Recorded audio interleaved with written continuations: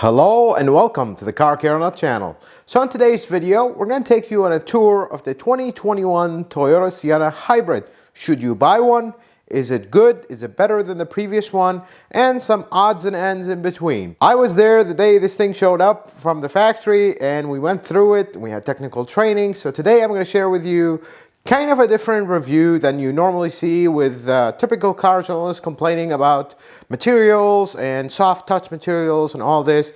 We're not going to do that in this video. We're going to talk about the van itself. But before we get started, if you're new to the channel, welcome. Consider subscribing to the channel. Check out some of my other videos. If you're a returning subscriber, well, thank you so much for watching another one of my videos. And without further ado, let's check this thing out.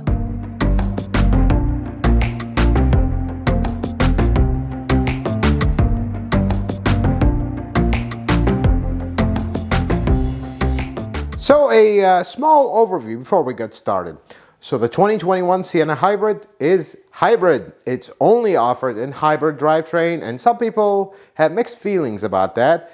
Some people think it's the greatest thing ever. Some people think, I just want to buy a van that is simple, honest to God, just like the old one, doesn't have all the hybrid technology. However, this van is not only a hybrid, and with all the hybrid technology, it's also packed with a lot of technology. Now, some people will, just by me saying that, close the video, say, nah, we're not buying this, all this technology will break. But it's actually not really new technology. It's already been out in other models, and this van is basically a parts special. It's just technology from other cars that got put together, and there's hardly anything new about it from the main components, starting with the engine and the hybrid train. Let's go take a look at that. Under the hood of the Sienna is what journalists would call a 2.5 liter four-cylinder engine. What technicians call it is A25A FXS. That is the variant of this engine. That is the official name of the engine.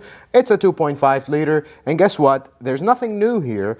This is the same engine from 2018. This engine debuted on the 2018 Camry on the Toyota lineup. It's exactly the same, and I have three very detailed videos on this engine. One of them is just talking about the technology of this engine, and one of them is a complete teardown, so you can see everything inside. I will leave the links for those in the description and as well up here. I will not bore you with the technical details. However, this is not a new engine. I am not really worried about it. We've had this engine for a few years now, and it has been relatively problem-free. A few things here and there, but nothing major to talk about. On the hybrid side of things, this is the latest generation hybrid, came out in 2016, Prius, on the inverter side, and the transmission is a P810. It's shared with the Highlander Hybrid and the RAV4 Prime. Yeah, the RAV4 Prime, which is not exactly a completely all-new transmission. It is an evolution of the older one, so not really anything new around here. The chassis of the car is a TNGA, so it's also not new. That came out all the way back in 2016. So looking under the hood here, there is absolutely nothing new. And that is a good thing and that is a typical thing that Toyota always does, because if it ain't broke, don't fix it. That's how Toyotas remain reliable, because they will carry the same drivetrain all over their cars until the government won't allow them anymore because of the emissions. Then they'll make something new, just like when they did this engine and this whole new hybrid drivetrain generation. Let's take a quick tour of the engine bay. So here you have your engine coolant, your inverter coolant for the hybrid system, and here's the engine, and this is the inverter assembly. This is the brains of the operation for the hybrid system. You got your air filter right here, brake fluid right here, your fuse block right here, and everything is relatively simple. You got plenty of room here, plenty of room in the back. Everything is very neatly packaged here. And your washer fluid is right here. Usually on Toyotas, you used to have it on the other side. This one, and the Highlander as well, is starting to put it right here. Having said that, let me cover some of the frequently asked questions that my viewers always ask me over and over and over about this van. So we are in the clear. Starting with, is it too slow? People are concerned about this being a minivan. You're gonna load all your kids up, their luggage, their bikes, all their stuff with that four-cylinder engine. Is this thing too slow? Well, here's the God honest truth, and not doctored, not trying to make this sound better or worse. It's adequate power, and that's the typical answer I give my viewers. It's adequate power. This is not a speed racer. It is definitely slower than the previous model with the giant V6. But the problem with the V6, and if you've owned one or heard about them, they get terrible gas mileage. No matter what you do to them, they're terrible gas mileage. And that's the biggest thing here. Nobody will buy a minivan thinking it's a speed racer. Everybody will buy a minivan thinking it's a family van that we can haul all our kids and their stuff in comfort and with all the family-oriented features that you can have in a minivan. And that's what these things are built for. But now you have very good gas mileage. I mean, the gas mileage on this thing is very impressive for the size, for the features, for the convenience. However, you load this van up with people, you're going over a hill, it's going to struggle a little bit.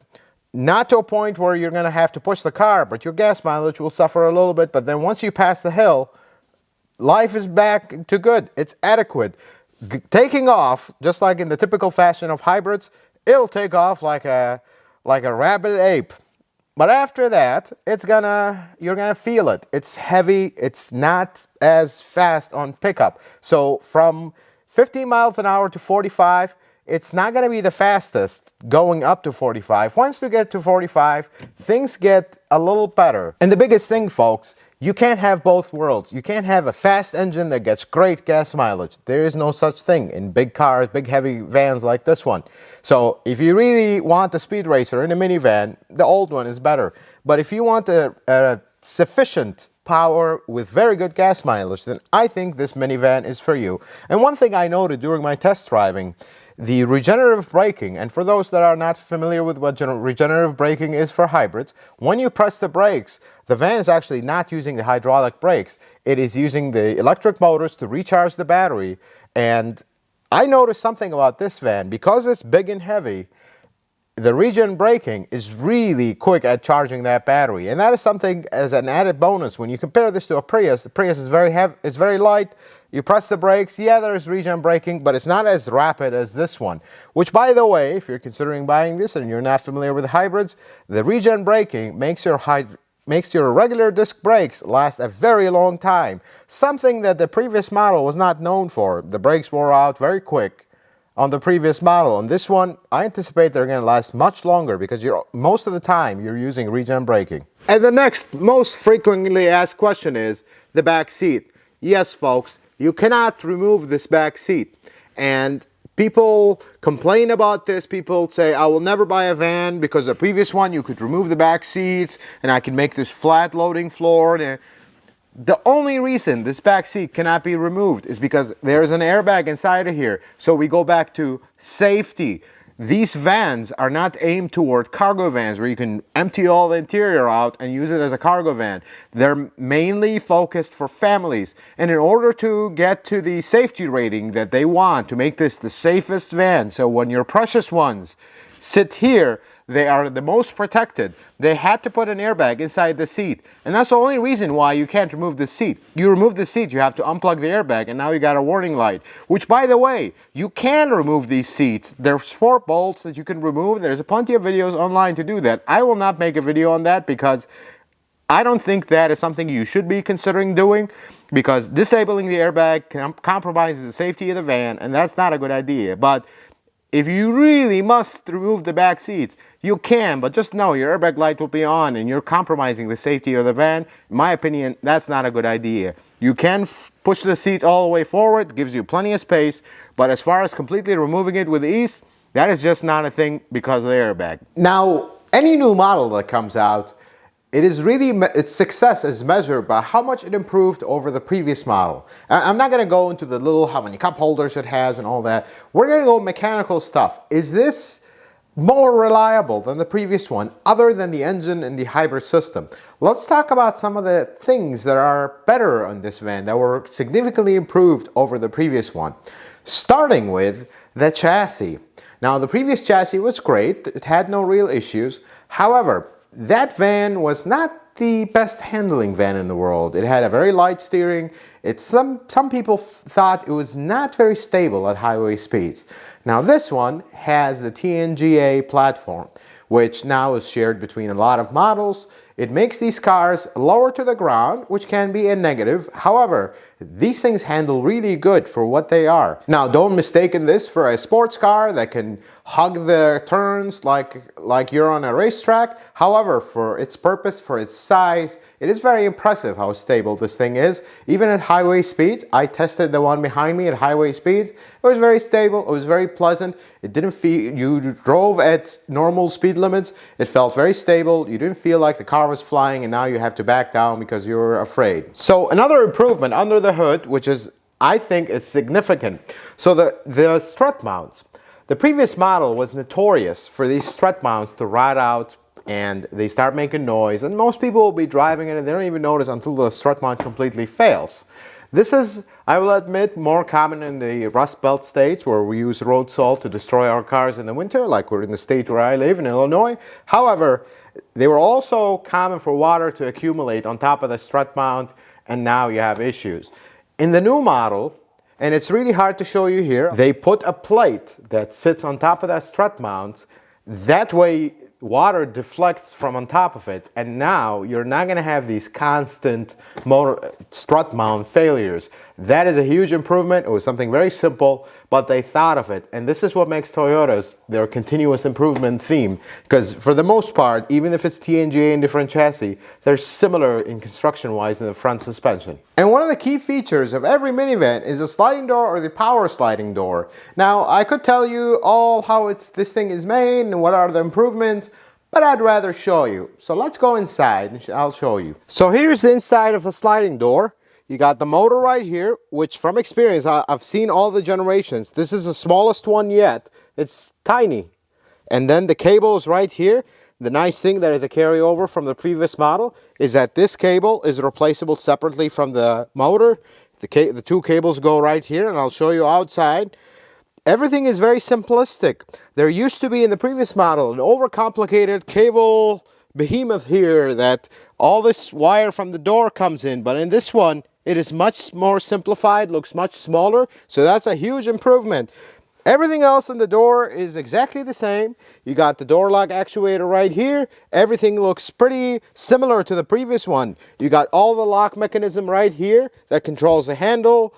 All these cables, some of them go to the fuel door protection. We are on the passenger side here, so when your fuel door is open, this cable will actually flip a flap so the door wouldn't open all the way. And then pretty standard, you got one latch in the front, one latch in the back. The latch in the back is electronic. You can see the wire going to it. This is what sucks the door in. And everything is very simplistic here. Actually, it looks a lot simpler than the previous one. And the main thing is here, and I'll repeat it again. The cable. The cables will eventually break at some point when this van is old. But this cable got a few screws here, and the cable comes out and it's replaced separate from the motor. And it's not a hard job to do at all. It's even simpler than the previous model. And then that sliding cable that we saw inside comes out here, hinges in the back, just like the old minivans. They all had this design. It's very simple. If the cable breaks, you'll see it dangling here. That was the thing with the old vans. And one of the other small improvements is this little cowl cover piece. On the old model, this little piece, I'm talking about this piece right here, used to be glued here. And it was a very common thing for these to just unglue and they come apart. Now you gotta re-glue it. And it was always an unsightly thing. So Toyota, of course, continuous improvement. They changed it to a clip type. So now this clips in. If it comes off, you can clip it back in and life is good. You don't have to deal with that glue. And one of the other improvements, which in my book is very important, they got rid of the spare tire underneath the van. Boy, was that thing a pain to lower and raise up. However, people have brought new concerns over the spare tire, and let's have the spare tire conversation real quick. So the Sienna minivan, initially when it came out, it had no spare tire at all. Even in the all-wheel drive or two-wheel drive model, they all had no spare tire at all. But then there was an option that was added for $75 as the day to film this video. That's how much this option costs, to add a spare tire. Now the van behind me doesn't have it, unfortunately, but here's a picture of how that looks. I think it's a brilliant space for it. Yeah, it does take a little bit of that little storage thing, but I'd rather have a real spare tire than that little inflator kit. And for 75 bucks, trust me, it is a good value and one of the most important options, in my opinion, to get. Let's talk about the back door of the van. Let's open the door and I'll show you a major improvement on this one. So if you remember the old one, the hinges used to bend and now the door doesn't close right and all this giant mess. And that was mainly due to the one-sided automatic operation. Now the new one, these are the motors. The actual shocks that hold the door up include the motor in them. So this is a design that Toyota started using. Did have problems when it first came out, but not on the Sienna. Now all the problems are fixed and I don't anticipate a lot of problems with these. One thing, don't force the door down because that damages the motors and that's how people had problems to begin with. One other cool feature with the back door is the button that closes it. Two things with the button that closes the door that I wanted to bring to your attention, which I thought were really cool. One of them is new.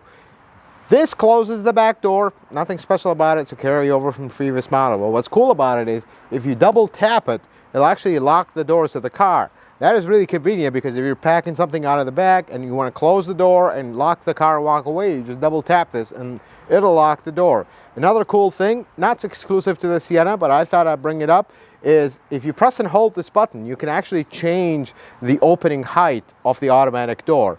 Pretty cool. All you do is just, let's say this is the height we want. We're going to press and hold the button, wait for it. When you hear those 3 beeps, that's it. This is the new height. This is really helpful if you open your car in like a low-hanging garage, like in my situation right here. If your garage is low, this is really cool where you can adjust it so it wouldn't ding the door when it opens. The one thing I don't like about the back door situation is how close the back door is to the edge of the bumper. Usually you'll have like a good real estate between the edge of the car and the back door, but this back door sits so close and it sits so low, hangs so low, that I can imagine any bumper tap will actually damage the door, and now you have to deal with body work and all the mess. And this door is actually not metal, so that might help with the price or not. But be careful with these doors because they're really low hung and anything you hit in the back is actually going to damage them pretty easily. Let's talk about some of the impressive features or the notable features that I thought were impressive with this van. Starting with remote start. To remote start this car, we're going to hit lock, lock, and then third time press lock and hold it and wait. The lights will start flashing like this, and now the van is actually running. Now this is a hybrid, the engine might not come on, the lights will flash, and that's that. As soon as you open the door, the car shuts off. And the other thing, which I love, but not everybody's gonna love, is the open flow design or open concept of the interior. Now they had to raise everything up because of the battery that sits underneath the front seat. That's where the hybrid battery sits. Right underneath the front seat, there's 2 vents. I'll leave a video right here for how to service the hybrid fan filter for this car, which is very important. But because of that, everything feels elevated. I am short. I love that. You already sit pretty high. Perhaps if you're super tall, that might be an issue. But that open flow design, I like it. It's modern, it's simplistic, there's not too much. I always never liked cars with too many buttons, too much going on. And this thing is pretty simplistic. It's just a giant swoop, looks really nice. Now this is gonna be either love it or hate it. For me, I love it. Make sure you pay attention to the design because you might end up hating it later.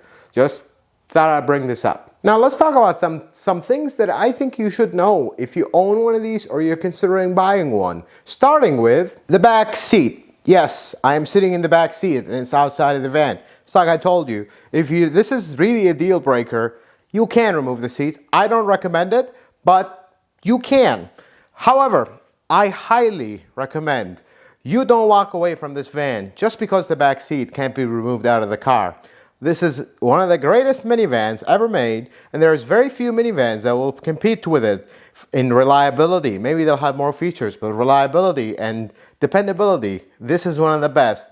However, I can understand that the back seat might be an issue. They do fold forward. You do have a lot of space, but don't count on it being easily removable like you see me sitting on the back seat right now. Another thing I want you to know is this little logo. Now you see this little nice sticker? Basically, you stick your foot underneath here when you have the key and the sliding door will open. It's a very nice feature. I love it. However, one thing you need to know, just because you see this does not mean that this van has this feature, because we noticed that the models that doesn't have this feature also have the 3 lines, and people were bringing the cars into a dealership complaining, why does this not work? Well, there's no sensor here, so that doesn't work. And here is one thing that Toyota did not do well. If your car has the little sticker that I can peel with my bare hands, you have this option. If you have this, you could have the option or not have the option. So I thought you'd know this about these 3 ribs. And one more thing I want to tell you about the fuel door.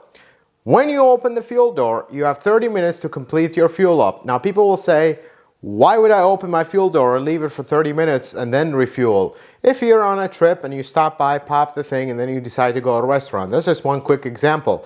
But just remember, because this is a hybrid, there's a little bit different thing with the evaporator emission system, and there's actually a warning in the door.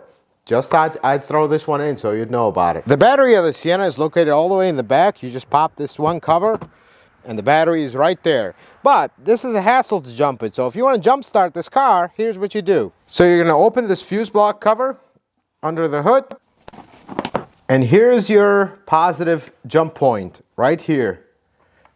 And for the negative, you're going to connect it right here. So as we reach the end of this video, I want to share with you a few things. Folks, this is a really nice minivan. It comes from a company that is known for their reliability, for their dependability. And one thing that would make me tell you not to buy this van, if you have a heavy foot and you're expecting the same power level as the V6 in the previous model, well, it's just not there. But if you're buying this van with a realistic expectation that it's not the fastest speed racer there is, but you're more focused on fuel economy and you drive normally, and that one time where you have the van fully loaded and you're going up a hill, the engine will rev up and it's gonna seem like it's struggling, but after that you're good, then this is definitely the van for you. They're reliable. They're new, but they're not new, because as you've seen, most of the technology is carried over from other models, and that's what makes Toyotas Toyotas.